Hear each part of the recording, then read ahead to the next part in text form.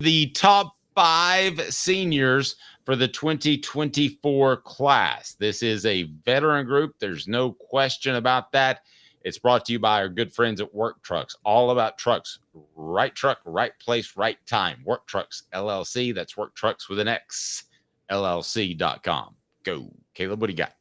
Yeah, so the reason for the hype behind Tennessee this year is obviously Nico Iamaleava stepping in at quarterback. Josh Heupel bringing in a wave of transfers to fill the voids that he's had, particularly in the secondary. Players getting healthy, and so many players who could have been gone after this year, who either Dave chose to come back for one final year of eligibility or was able to get a medical redshirt. That's a hint on who's on this list. We start with number 5, a guy who could have left. Javonte Spraggins. Now, Dave, I was down to 2 other senior offensive linemen on here because it's Javonte Spraggins, Andre Carrick, and John Campbell Jr. are all seniors who are going to start on the line. So for me, it was down to really Spraggins and Campbell. I got Spraggins above Campbell. I just think the interior blocking is so important and he's more proven. I don't know how you feel about Campbell versus Spraggins. I'm generally going to take a tackle over a guard because I think it's a more difficult position to play. So I'll go Campbell, but just slightly because I think Spraggins is a better player. Okay, fair enough. I think in this offense, the guard's actually more important because you need the vertical rushing attack, and you don't get that without that right guard. I think the skill set is tougher to find in recruiting of a big guy that can move his feet that well. Not which is more important necessarily, but which is more difficult to find. Fair enough. Tackle's more raw talent. Tackle's actually an easier position to scout for, though, isn't it? Even though it's harder to find. Yes. Yeah. Number 4. There are 2 seniors in the receiving core this year, and both had season-ending injuries last year, Brew McCoy and Dante Thornton, but Brew McCoy is going to be the main receiver. That's an easy one. I got no argument with that. You're going to struggle to get 3 more that are more important than those 3. I've got 1. Then Brew, excuse me. Who's number 3? Right. Well, you can call me out on this, but number 3, I got the guy, the leader of the defense that went to SEC Media Days, and I'm talking about Amari Thomas. And now there's a ton. You can't have him over Brew. Why? Because they've got other proven defensive tackles. Tennessee's got other proven receivers. And Brew wasn't even healthy last year. Not that proven. Saying, okay, but here's the thing. Tennessee it was difficult because Tennessee is loaded at defensive tackle. Omar Norman-Lott, Bryson Eason, Elijah Simmons, and Dominic Bailey are all senior defensive linemen, but Amari Thomas has held on to that starting job, and he's a defensive tackle who went to SEC Media Days twice. That says something. Okay. All right. I think that's a little high, given their depth at defensive tackle, but go right ahead.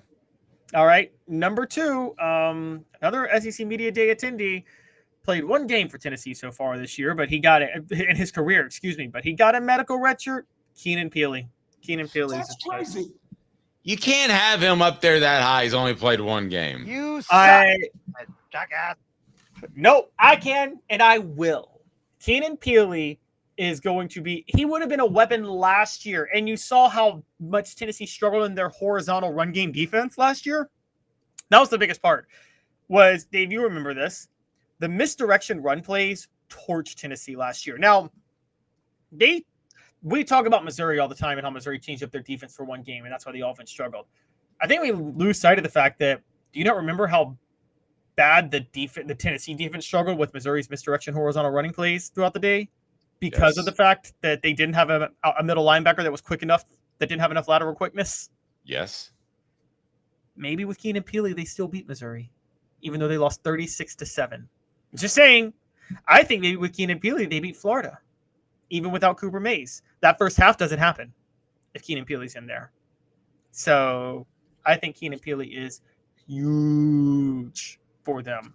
All right. We're down to 2 seniors? No, now we're at number 1. Okay, don't give that away. It's brought to you by Work Trucks. They're all about trucks that are actually available, trucks that help you maximize your profits by having the right work vehicle. Time is money. The perfect work vehicle doesn't break down. It has all the space to carry what you need. That's what Work Trucks is intent on offering, while other dealerships just can't do it. Contracting is about time. Work Trucks saves you time with less back and forth trips. than trucks that pass the highest standards to be put to work. The process is quick and easy. Choosing a vehicle. Work trucks, they are utility body trucks with an applied work bodies installed. Pickup trucks of all sizes. They've got cranes, dump trucks, work trucks, supplies vehicles to people just like you and get you back on the road. No dealership run around. If you're a contractor, you need to know work trucks, and that's a fact. Service industry, work trucks with an X. Work trucks, Clinton Highway in Knoxville, Birmingham, downtown. Work trucks with an X, LLC.com. Why risk chancing your future in business with the wrong piece of equipment? Work trucks, LLC.com. The trucks you have to have. All right, who's number one?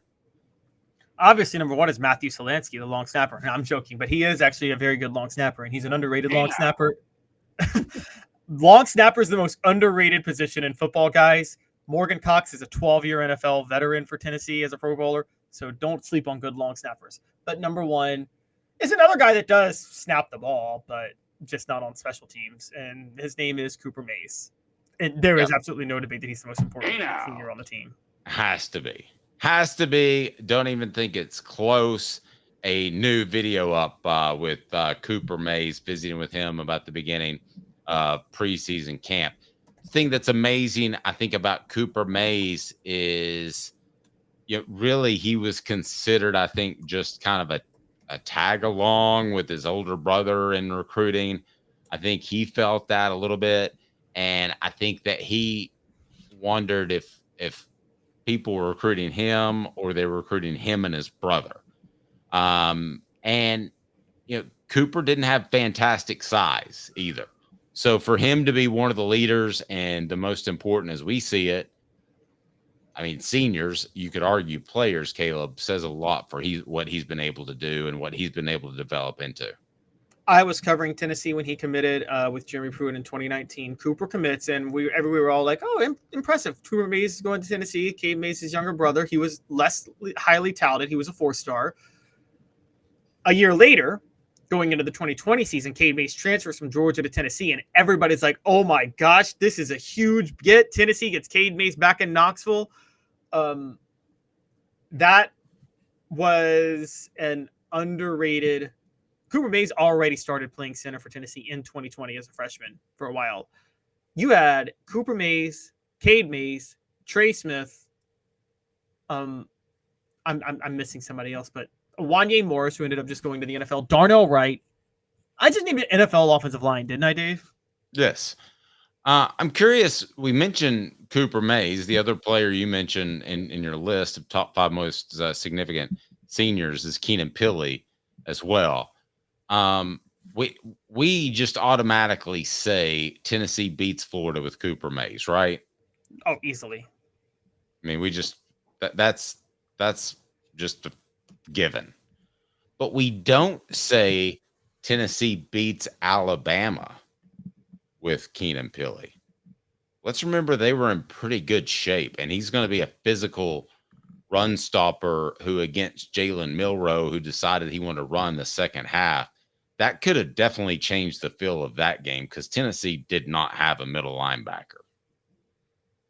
This is you guys know that I don't think Tennessee was as close with Alabama as many people do from this past year. I think Alabama just waited to turn it on. But Dave, you kind of have a point, because even though Alabama did wait to turn it on, if they'd waited to turn it on when Keenan Pili was out there, they may not have been able to turn it on.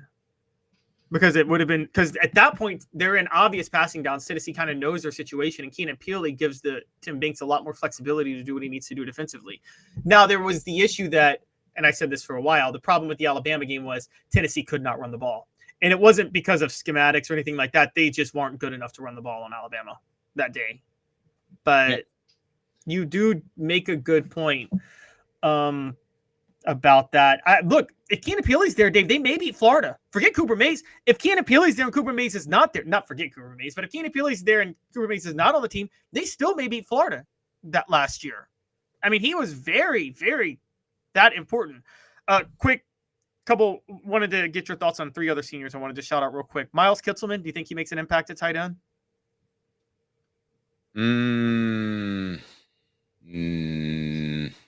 Soft, no. I don't feel strongly about it. I'll know more in a couple of days. And then on the offensive line, Jackson Lampley and Dane Davis, they're both rotational guys, right? They'll probably play snaps, even if they're not like regular starters. Yeah. And I mean, chances are you're going to need Dane Davis at some point because he's kind of like the utility guy, and you never get through a season without an injury to the offensive line. So, no, I think that Dane Davis is a good utility player. You'd rather have just a second string offensive line, but having a Dane Davis is very important. I'll tell you more in 15 seconds. Fifth year, the second and third generations continue Joe Newbert's commitment. His vision of what this business needed to be, we still try to live up to that. Joe Newbert Collision Center. No, I think Dane Davis is a big fit, and we don't talk about the one guy who I think is incredibly important, and that could be that is, I believe, Andre Keurig. Does he take that next step? Is he good at left guard? Because it's kind of feels like we've assumed him into a starting position. We've assumed him into a star position, and so far he's barely achieved the former and has not achieved the latter. He's nowhere close to being a star. No, he's not. He was a massive underachiever last year. And if he went to Tennessee for NIL money, I was hard on Dante Thornton early last year, but then I find out injuries that I didn't know he had. So now my ire has been directed at Andre Keurig. If depending on how much he was paid to leave Texas to go to Tennessee, he stole that money. He should give it back. I'm just going to say that. As of right now, he stole money to play for Tennessee in 2023. He stole money, Jamarcus Russell level style, stealing money from the Raiders. Well, based off their actions, I would disagree with you there because they're keeping him around. So if you're paying somebody, you can boot them pretty easily.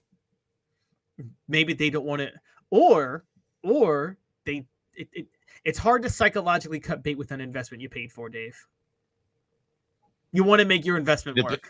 It depends what I'm signed for.